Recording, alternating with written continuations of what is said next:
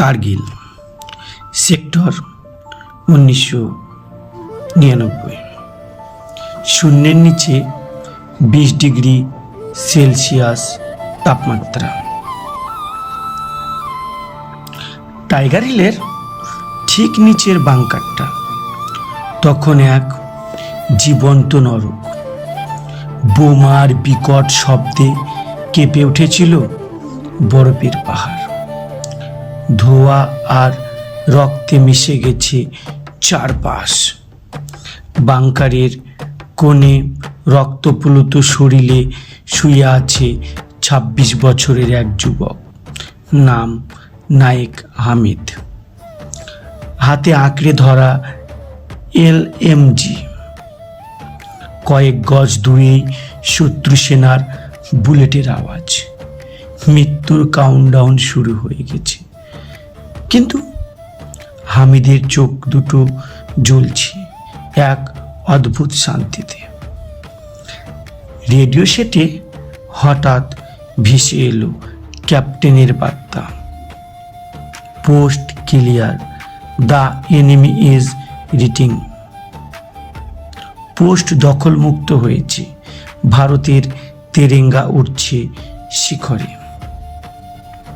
হামিদ একগাল হাসল, কিন্তু সে জানে তার শরীরের রক্ত জমে বরফ হয়ে আসছে, আর বাড়ি ফেরা হবে না।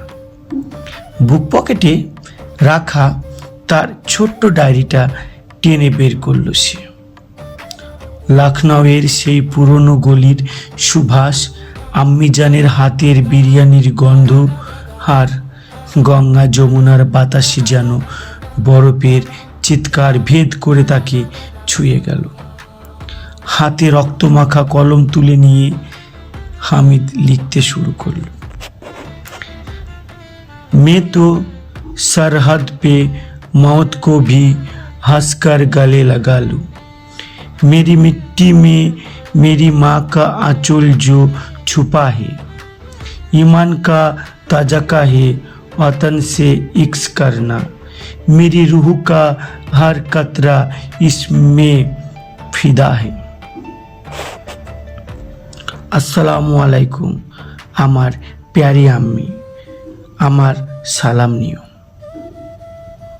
আমি বাইরে এখন লখনউয়ের সেই চেনা রোদ হয়তো ছড়িয়ে পড়েছে।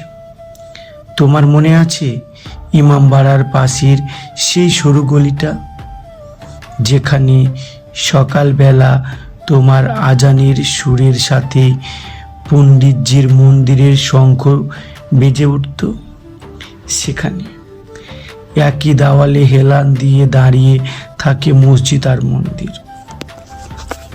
তুমি ঈদের পোশাকের আশায় বসে আছো, তাই না? আমি ভেবেছিলে তোমার হামিদ ঈদের আগেই ফিরবে, তোমার জন্য লখনউয়ের রেশমি চিকনের কুর্তা আনবে। মাফ করে দিও আম্মি, তোমার এই ছেলে কথা রাখতে পারল না। আজ আমি অন্য এক পোশাক পরে ফেলেছি, রক্তে রাঙানো তেরেঙ্গার কাফন। আজ যখন পাকিস্তানি অনুপ্রবেশকারীদের কামানের সামনে দাঁড়িয়েছিলাম, তারা আমাকে চিৎকার করে বলেছিল, তুই তো মুসলমান হয়ে কাফেরদের জন্য লড়ছিস। আমি হেসেছিলাম আম্মি, ওদের আমি কিভাবে বোঝাই, হুমায়াত ये वतन तो ईमान का एक हिस्सा है, जिस मिट्टी में पला वो मिट्टी हमारा खुदा का तोहफा है।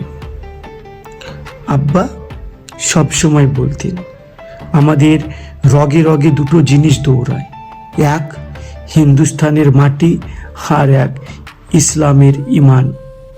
পবিত্র হাদিসের সেই বাণী আমি আজ অক্ষরে অক্ষরে পালন করলাম। আমি দেশপ্রেম হলোই ঈমানের অঙ্গ।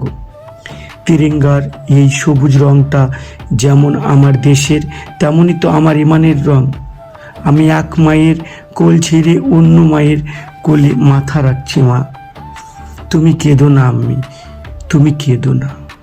তুমি তো সেই গঙ্গা যমুনী তহজিবের মা। যে মা সকালে কোরআন তিলাওয়াত করে আর সন্ধ্যায় চাচি যেখানে তুলসী তলার প্রদীপ জ্বালান, আমাদের ঈদে পণ্ডিতজি যেমন প্রথম সেমাই খেতে আসতেন, দিওয়ালিতে আমরাও তো ওনার প্রদীপ জ্বেলে দিতাম। এই যে মিল, এই যে মহব্বত, এটাই তো আমাদের আসল ভারত। আমি তো এই ভালোবাসাকেই পাহারা দিচ্ছিলাম কার্গিলের এই বরফে।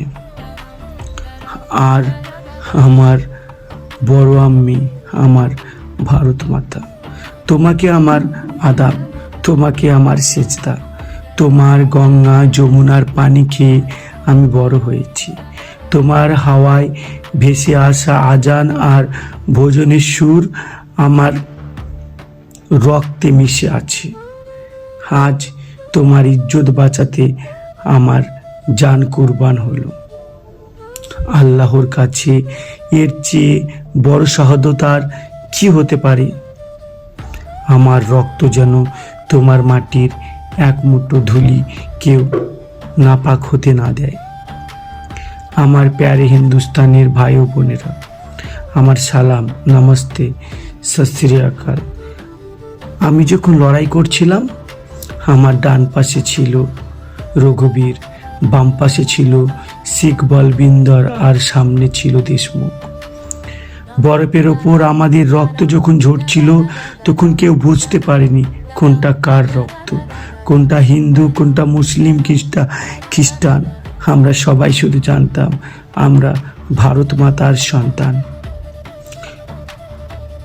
मजहब नहीं सिखाता आपस में बैर रखना, हिंद है हम, वतन है हिंदुस्तान हमारा। আপনারা এই একতা কোনোদিনই ভেঙে যেতে দিবেন না। রাজনীতি আর ধর্মের নামে এই পবিত্র মাটিকে ভাগ হতে দিবেন না। লখনৌয়ে সেই শান্ত গলির মতো এক হয়ে থাকবেন, তবে আমরা এই বলিদান সার্থক হবে। আম্মি, প্রতিদিন সন্ধ্যায় যখন আজান হবে, তুমি চোখের জল ফেলো না, শুধু ভেবো তোমার হামিদ ঘুমিয়ে আছে তার দুই মায়ের কোলে। খুদা হাফিজ, জয় হিন্দ, তোমার হামিদ।